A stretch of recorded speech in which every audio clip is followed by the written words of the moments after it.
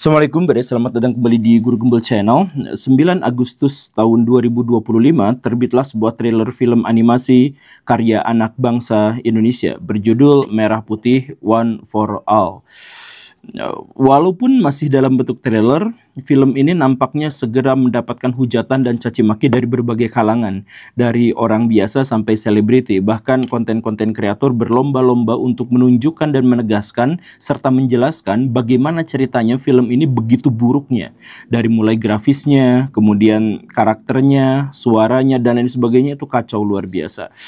Ini kemudian disayangkan oleh banyak orang dan dianggap sebagai sebuah pengkhianatan bagi sedang berkembangnya studio animasi dan film-film animasi di Indonesia.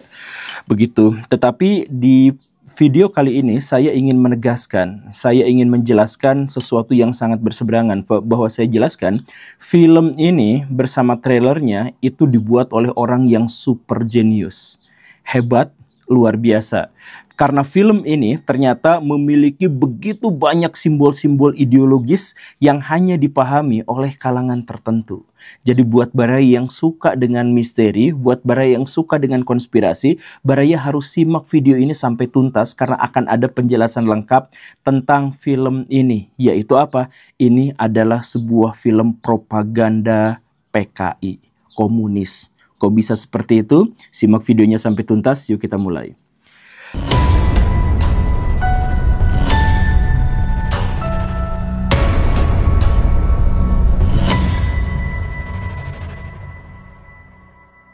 Di detik pertama dan kedua trailer film ini, kita sudah langsung disuguhi oleh simbol-simbol komunisme yang sangat pekat. Di antaranya apa? Benderanya, bendera Indonesia yang ditampilkan di situ itu miring ke arah kiri. Miring ke kiri kan berarti cenderung ke komunis, miring ke kanan cenderung ke liberalis. Apakah ini sekedar cocokologi? Mari kita detailkan secara lebih dalam lagi.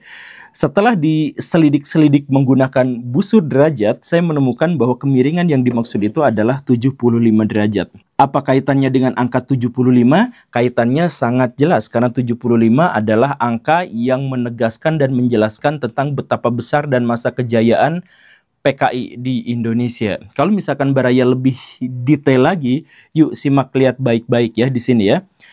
Di tulisan dalam trailer ini ada tulisan merah putih one for all. Merah putih 10 angka, one for all 9 angka. Totalnya ada 19 angka. Apa hubungannya? 19 harus kita kaitkan dengan yang tadi, berarti tahun 1975 yang tadi ya. Kemudian 19 ini ternyata adalah bagian dari bilangan prima.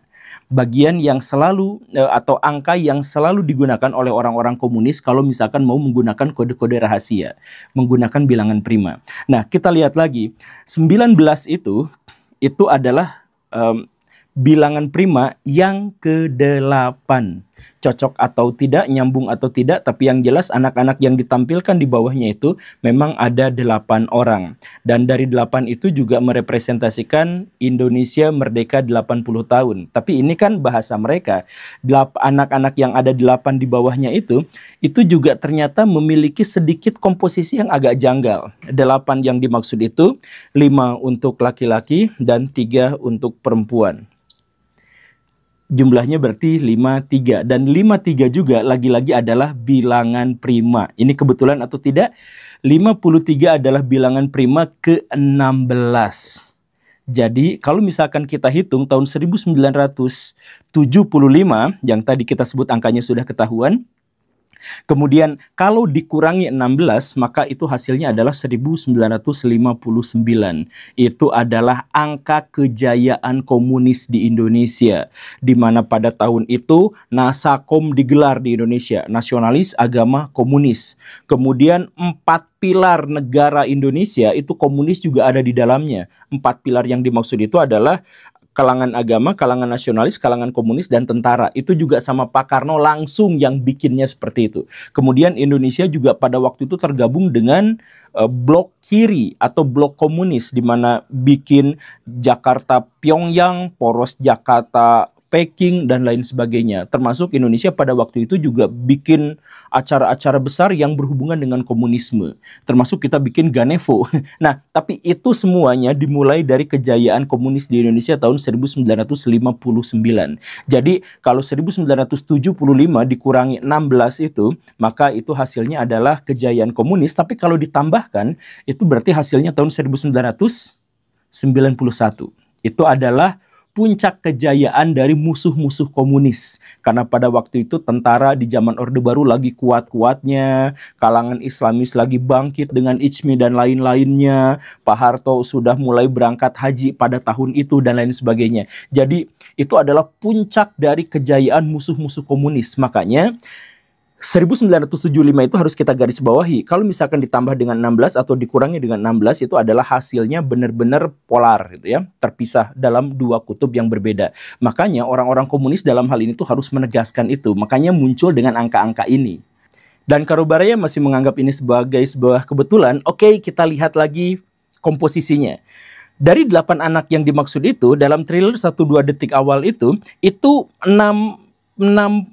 anaknya yang berpasangan dalam 2-2-2 gitu, itu semuanya berdampingan, baik-baik, lucu-lucuan, salam-salaman, dan lain-lain. Tetapi yang ujung ini, nah ujung ini beda. Ujung ini tuh walaupun wajahnya ceria, tapi jaraknya dibuat berjauhan, sekalinya dekat, gontok-gontokan, pukul-pukulan. Ya walaupun pukulnya kelihatan main-main, tapi ini berbeda dengan gimmick yang lainnya. Yang lain mah peluk-pelukan gitu ya, yang ini gelut-gelutan. Kenapa? Yuk coba kita lihat. Yang satu anak berbaju merah, yang satu anak berbaju hijau. Jadi ini sebenarnya adalah wujud bahwa komunis itu lagi gontok-gontokan sama Nahdlatul Ulama. Karena Nahdlatul Ulama itu adalah musuh bebuyutan komunis atau PKI di Indonesia pada waktu itu. Maka coba kita lihat garis bawahi di sini. Anak ini yang paling sering muncul di thriller ini di antara 8 anak yang lainnya. Anak ini digambarkan katanya orang Papua. Atau misalkan dibayangkan sebagai orang yang seperti itu gitu. Ya, tapi itu sama sekali bukan orang Papua. Sangat tidak nasionalis kalau menyebut bahwa dia itu adalah orang Papua berdasarkan ciri fisiknya. Ya memang saya mohon maaf ya, kulitnya gelap. Tapi kulit gelap Papua tuh sangat berbeda dengan kulit gelap Afro-Amerika. Ini Afro-Amerika. Ciri fisiknya, keritingnya, wajahnya, hidungnya, mulutnya itu Afro-Amerika. Itu bukan Papua. Ini beda banget. Nah, jadi itu bukan ciri orang Papua. Dan kalau misalkan Baraya lebih detail lagi, sebenarnya ini juga bahkan bukan orang Afro-Amerika. Ini adalah representasi dari Letkol Untung. Pakai baju merah dan seperti itu, badannya satu-satunya yang pakai steroid. kata netizen, satu-satunya yang pakai steroid itu Untung, karena Untung itu memang berbadannya gempal dengan kulit yang agak gelap dengan proporsi wajah yang kurang lebih juga seperti ini. Jadi kita garis bawahi bahwa dia tuh sebenarnya adalah Untung gitu. Nah makanya Untung lagi gontok-gontokan sebagai orang komunis dengan orang-orang Islam tradisional, dalam hal ini NU. Makanya bajunya juga seperti itu dan digambarkan dengan cara seperti itu. Ini kita berbicara tentang simbol-simbol semiotika gitu ya. Dan setelah kita menggarisbawahi bahwa orang ini adalah Untung, scene pindah berikutnya ya ke sebuah desa. Di sana desanya juga itu desa yang sangat-sangat janggal. Baraya silahkan kembali ke bangku sekolah, kemudian duduk di pelajaran geografi, khusus untuk misalkan ciri masyarakat desa dan masyarakat kota. Di sini Baraya akan menemukan bahwa desa dalam scene video ini, dalam trailer ini benar-benar janggal. Salah satu kejanggalan yang paling kentara itu adalah di sini tuh ternyata orangnya heterogen sekali. Yang Chinese ada, yang kayak boogeyman ada, yang hitam ada. Kemudian profesinya juga berbeda-beda. Bahkan anak yang dipanggil secara random dari desa itu mewakili 8 suku bangsa yang berbeda. Ini gak mungkin ditemukan dalam desa Baraya, apalagi desa di Indonesia. Jadi ciri dari desa itu masyarakatnya homogen. Baik itu secara ras maupun secara profesi. Yang heterogen itu masyarakat kota. Coba Baraya datang ke desa manapun di Indonesia secara random gitu ya. Itu heterogenitasnya sedikit sekali, tipis sekali. Kebanyakan orang-orangnya homogen gitu. Karena bukan tempat pertemuan orang menjalin transaksi ekonomi, bukan. Tapi masyarakat yang secara alamiah lahir, meninggal di situ secara kekeluargaan. Makanya homogen. Nah ini kenapa? Desa tapi kok heterogen. Nah, ini aneh. Satu-satunya penjelasan adalah bahwa ini adalah desa khas orang-orang komunis, di mana orang komunis itu menciptakan keseragaman, keserataan dari perbedaan yang sangat besar. Kemudian dari keseragaman dan kesetaraan itu, biasanya basis-basis komunis itu selalu di desa. Mau di Cina, mau di Indonesia, mau di mana-mana, basis dari komunisme itu adalah di desa. Karena apa? Karena lambangnya Palu Arit. Yang satu itu adalah petani dan yang satunya lagi itu adalah kuli, pekerja. Nah, ini petani ngumpulnya di mana? Ini pekerja kasar ini ngumpulnya di mana? Atau berasal dari mana? Ya pasti dari desa. Makanya komunis itu selalu berasal dari desa. Nah, ini desanya tapi sudah heterogen. Desa yang dibangun secara struktur oleh orang-orang komunis. Jadi ini desanya desa komunis. Dalam hal ini sudah jelas ya. Kemudian ada yang lucu lagi di sini, ada scene Palurah ngomong, ngumpulin bla bla bla bla gitu ya. Si Palurahnya itu wajahnya mirip siapa coba? Palurah inilah yang memerintahkan Letkol Untung yang anak berbaju merah itu dengan teman-temannya. Coba lihat. Palurahnya itu ternyata mirip dengan Syam Kamaruzaman, agen ganda PKI yang menyelusup ke Angkatan Darat. Jadi dialah yang selama ini memerintahkan Untung untuk melakukan begini dan begitu dalam proyek besar mengkomuniskan Indonesia dalam peristiwa September tahun 59. Kan begitu ya. Nah, ini Syam Kamaruzaman ini lagi ngomong, kemudian ngumpulin ke anak-anaknya, dan kemudian si anaknya itu, yang Letkol Untung tadi itu, dia ngomong, satu tim untuk merdeka atau yang semacam itu gitu ya. Ya, Baraya menganggap bahwa itu adalah kata-kata yang biasa-biasa aja. Kata merdeka itu merujuk pada Jalan Merdeka Selatan, di mana komunis itu memproklamirkan kemenangan dalam peristiwa KUP tahun 65 itu di RRI di Jalan Merdeka Selatan. Cocok kan? Cocok. Nah, ditambah lagi, kemudian Baraya mau tambah kecocokan lagi ya. Ketika anak-anak itu berkumpul, yang 8 orang itu berkumpul di gudang desa, Baraya melihat di situ gudang desanya itu seperti barak militer. Ya, dan Baraya misalkan di situ lihat ada Untung sebagai ini ya, sebagai komandannya. Kemudian di situ ada Gerwaninya, ada Sobsinya, ada BTI-nya di situ. Itu semuanya underbow PKI ngumpul di situ, dan ditambah di situ ada 2 senapan. Senapan yang muncul di situ, di scene itu emang tidak disengaja, itu emang sebenarnya bug, bukan, itu tuh asli dibuat di situ. Itu lagi-lagi adalah kode dari komunis. Kenapa seperti itu? Coba Baraya simak baik-baik, itu bentuk senjata apinya senjata apa? Itu adalah AK-12K dan AK-12SK. Dua-duanya buatan Soviet, Rusia.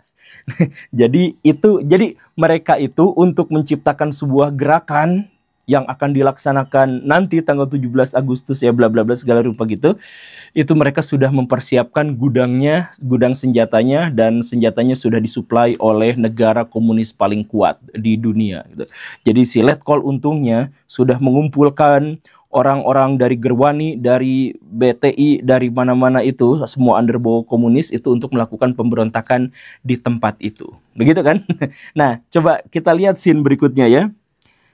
Anak-anak itu kemudian masuk ke hutan untuk mencari bendera merah putih, katanya begitu ya.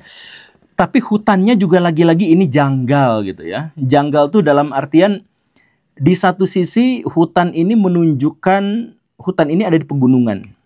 Dilihat dari vegetasinya, dilihat dari jenis dan bentuk batuan-batuannya, kemudian dari kontur tanahnya, ini jelas pegunungan, area tinggi.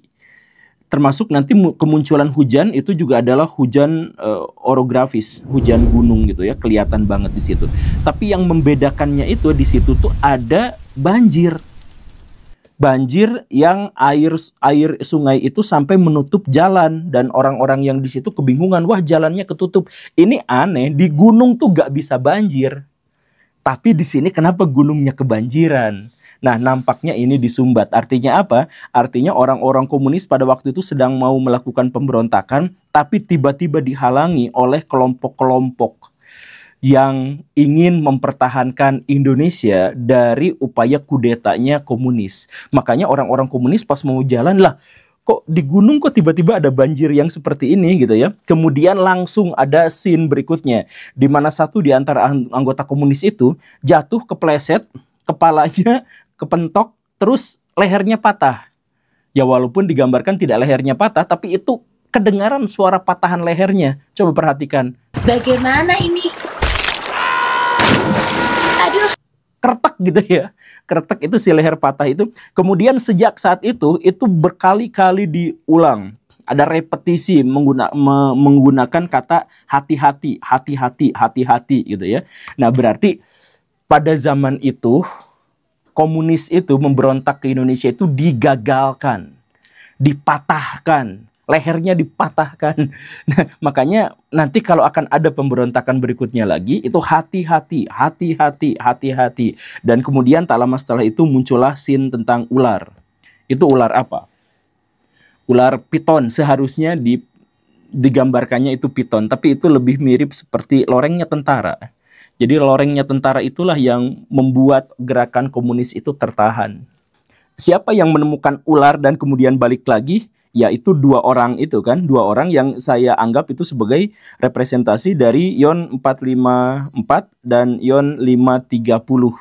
Itu tentara dari Jawa Tengah dan Jawa Timur yang dibawa Untung untuk melakukan kudeta. Tapi begitu dia nemu ular langsung balik lagi ketar-ketir gitu ya. Jadi si ular yang dimaksud itu mungkin RPKAD dari Bandung karena tiba-tiba muncul ke situ gitu ya. Nah, itu simbol-simbol berikutnya. Dan kemudian setelah itu barulah ketahuan bahwa benderanya itu tidak mudah didapatkan. Karena bendera itu disandra oleh seseorang yang kemudian marah. Kenapa kamu melepaskan burung? Nah, jadi dalam scene sebelumnya itu kan ada kelompok anak-anak komunis itu lagi melihat burung. Burungnya warna merah. Kemudian dikandangin. Si burung itu dilepaskan agar dia terbang. Nah, si burung itu merah, merepresentasikan komunis yang ingin membebaskan diri untuk balik menggantikan Garuda Indonesia. Begitu. Makanya bunyi dari burung itu suara monyet. Ada burung cantik, tapi dikurung di dalam kandang. Kenapa burung suaranya monyet? Ini melambangkan oportunisme dan bisa dibilang kemunafikan dari orang-orang PKI. Kan orang PKI itu munafik luar biasa. Maksudnya dia jilat sana jilat sini. Kalau misalkan Baraya yang ngerti sejarah ya, itu jilatannya tuh kuat sekali gitu. Orang-orang komunis itu termasuk dalam hal dia sebagai partai politik terkuat ketiga di dunia, partai politik komunis terkuat ketiga di dunia, tapi dia ikutan pemilu. Dia mencoba masuk ke parlemen. Ini kan munafik banget. Bahkan ada partai komunis yang murni, murba, itu justru mereka musuhin habis-habisan. Jadi ini sebenarnya PKI itu bahkan terhadap komunismenya aja dia munafik gitu. Nah, makanya direpresentasikan dengan burung yang merah, yang komunis banget, tetapi suaranya monyet, yaitu melambangkan keserakahan dan sekaligus juga kemunafikan gitu. Nah, setelah scene itu nanti ditagihlah si anak-anak yang 8 ini. Kenapa kamu membebaskan itu? Saya mau ngambil bendera. Oke, kalau saya kasihin benderanya, tapi si burung itu harus ditangkap lagi. Nah, berhenti di situ kan, dan kemudian trailnya selesai dan berharap para penonton itu menjadi penasaran. Jadi apa yang akan diambil oleh Letkol Untung? Jadi pada waktu itu sebenarnya adalah kesepakatan. Tentara datang ke situ, menghentikan dan menggagalkan upaya coup dari Letkol Untung, kemudian nawarin, lu masih boleh hidup di sini, tapi hilangkan, abaikan, lenyapkan semua identitas komunisme dari muka Indonesia. Jangan sampai ada lagi. Tapi kalau tidak mau seperti itu, maka akan dihabisi sama sekali. Begitu kurang lebihnya. Ya, Baraya, ini adalah salah satu dari alur yang ingin saya sampaikan kepada Baraya. Bukan untuk memberikan penjelasan kepada Baraya tentang faktanya seperti ini, bukan. Tapi ini mengajak Baraya untuk berpikir liar di satu sisi, tetapi juga mengenali bagaimana skenario dari teori konspirasi itu dibuat. Penuh cocokologi, penuh dengan hal yang disambung-sambungkan, dikait-kaitkan, penuh dengan kausalitas yang ngaco dan sebagainya, tapi terbentuklah sebuah teori konspirasi. Dan saya berhasil bikin teori konspirasi ini hanya dalam waktu beberapa menit atau kurang, hanya dalam nonton video ini. Tapi intinya video ini saya harus apresiasi, karena walaupun budgetnya 6 miliar, walaupun dikerjakannya dalam waktu yang singkat, tetapi cukup menghibur dan memberikan banyak sekali masukan AdSense buat para konten kreator di Indonesia. Dan ini juga cukup baik untuk mengalihkan isu-isu yang berkembang di Indonesia perihal tema-tema yang lebih besar dan lebih agung gitu ya. Jadi salut untuk produser dan orang yang bikin trailer ini dan film ini. Semoga sukses selalu, sehat selalu. Indonesia membutuhkan kalian. Terima kasih karena sudah menyimak. Saya Guru Gembul. Assalamualaikum warahmatullahi wabarakatuh.